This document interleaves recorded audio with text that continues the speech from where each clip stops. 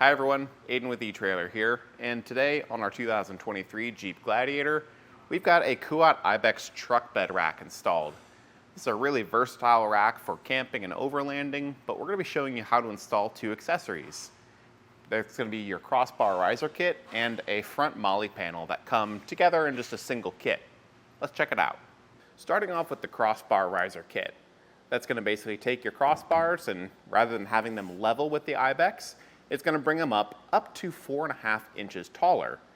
We've got it in the tallest position right now, so we are adding that extra 4.5 inches, and it's more than enough to give us cab clearance for longer items, say like a kayak, or if we wanted to use this like a ladder rack and haul some lumber around with it to pick up for house projects, it would do that too. It's going to install mainly from these two blocks right here, the back one that will install to the Ibex, and this front one which joins the crossbar to that bracket and offers you the height settings. 3 in total, so we've got it in the highest one here, middle one, and the lowest would be mounted up here. And since the crossbars that come on your Ibex are telescoping to adapt to different widths, we can just reuse them and expand them out to give us a little bit of overhang with this new crossbar riser setup. And in my opinion, it makes it look a lot nicer with that bit of overhang. Now you'll notice that the Molle panel is tapered around the window here, so if you've got that sliding section on your Jeep, you can still use that function and pass something through here or reach through if you needed to. It's nice also that it's going to help with visibility. Because of that extra visibility though, the actual usable space in the Molle panel will be quite small, so better suited for maybe some small pouches or first aid kits, and maybe even some small tool mounts. Just like the crossbar risers, it's going to channel mount into existing channels on your Ibex, so it's a no-drill installation. But if you're wondering what that install process looks like, just follow along and we'll show you how we did it. It's not too bad overall.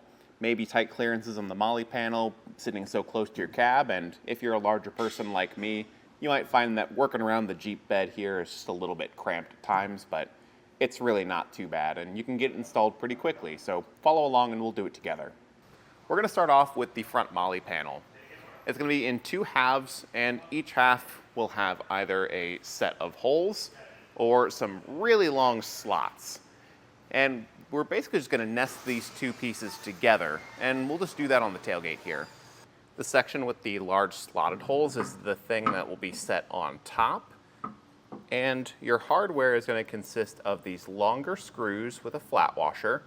I'm going to pass those from the bottom up through the top here and very carefully set this down. And on the other side, we'll have a flat washer and a lock nut. And that'll just get repeated for the other 3 mounting holes. Leave these pretty loose for now. And I'll probably go back through and tighten this up a little bit using the included wrench and Allen key on the other side, but leave it loose enough that I can still slide it back and forth and adjust this by hand. I just don't want it to be so loose like that. On each edge of the Molle panel, there's going to be 2 mounting tabs. Ignore the bottom one for now. The top hole will get a shorter Allen screw with a flat washer going from the inside out, and a T-nut with that small lip of the T facing in. This will eventually mount up into a channel, and we need this done on both sides, leaving it pretty loose for now. On the frontmost upright of our Ibex, we'll find another channel that we can slide our bottom T-nut into. Gravity's going to do the work for you, and just let it sit at the bottom. We can then take the assembled kit and line up that top block with the channel there. Mine's twisted right now, so I'm just going to see if I can get the other side lined up first. It's a really snug fit, but if you can get one side started, we should be able to get the other one to slide in, and this might be easier with an extra set of hands if you had them.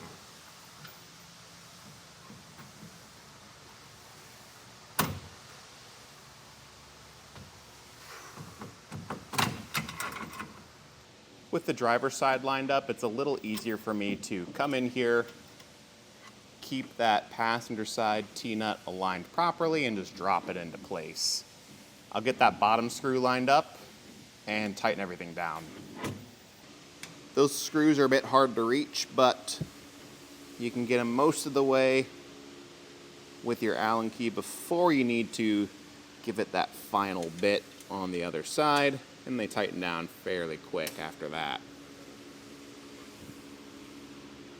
Now as you go to raise your crossbars up, I'd recommend doing them one at a time so that the Ibex maintains some structure. I did the front one already, and after I had it fully installed how I liked it, I removed my rear crossbar to start raising it. And what that process looks like starts with these kind of triangle shaped blocks. These blocks will line up on the top of your rails, and you'll notice two pairs of holes that line up perfectly with the present channels on the top and side of that rack. So what we need to add are T-nuts. We'll make sure that the T is facing up or out in the case of the side, 2 for each channel. I'm just going to place them roughly about that far from one another. We can get that a bit more precise later. I like to get them all in place first. And I can line up my block. The hardware up top will be one of your screws with a flat washer. And you can get that lined up, started by hand, enough that this will hold itself in place. And that'll allow you to slide it back and forth to get lined up with the second T-nut. We'll do this on the top first, and then the side. To make it easier to reach, you'll probably have to use the Allen key on these side ones. Again, just getting them loose for now. I don't want to tighten anything down fully yet.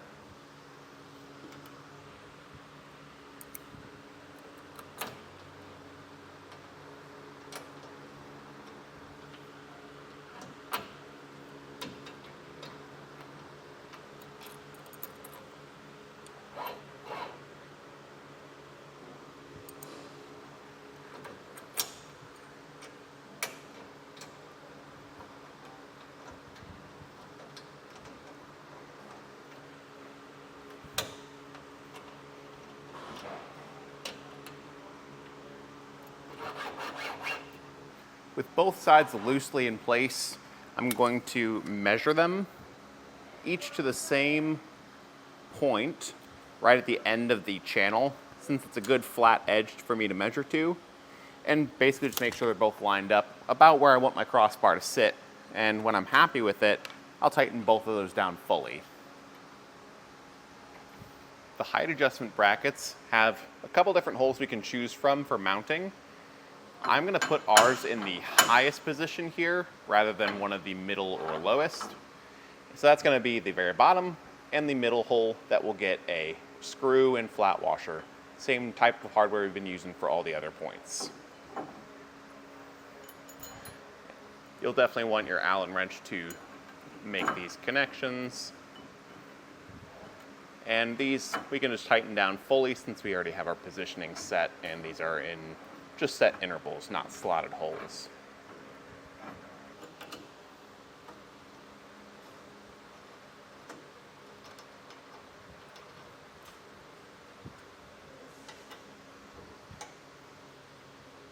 When I removed our crossbars, I just loosened up the orange screw and opened this up to its max setting, because in the raised setting, I just like the look of the greater overhang, so that's already done for us. I'm gonna flip it upside down and add more of these T-nuts, 2 to each side of that under channel. Now, I like to set this up right next to the places I'll actually be mounting it up. Just helps me get my hole spacing a little bit more true, but we can, again, just adjust this once we flip it right side up again. We can flip this back on top of those mounting points, and you're gonna screw it from underneath. It's gonna be just the same screw and washer combination that we've been using, but there's the reason you want to sit in the bed like this, and that's because it's a little easier to see up and get the holes aligned.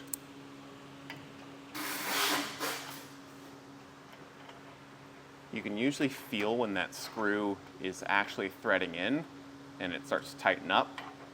I want to leave these loose just so I can slide this back and forth if need be for that second mounting location. Once you've got your bar centered side to side, you can go back through and fully tighten down all that hardware. And repeat on the other side. Once you have both parts installed though, I like to just give everything a shake test and make sure that I didn't leave anything loose by accident. And that's really all there is to it.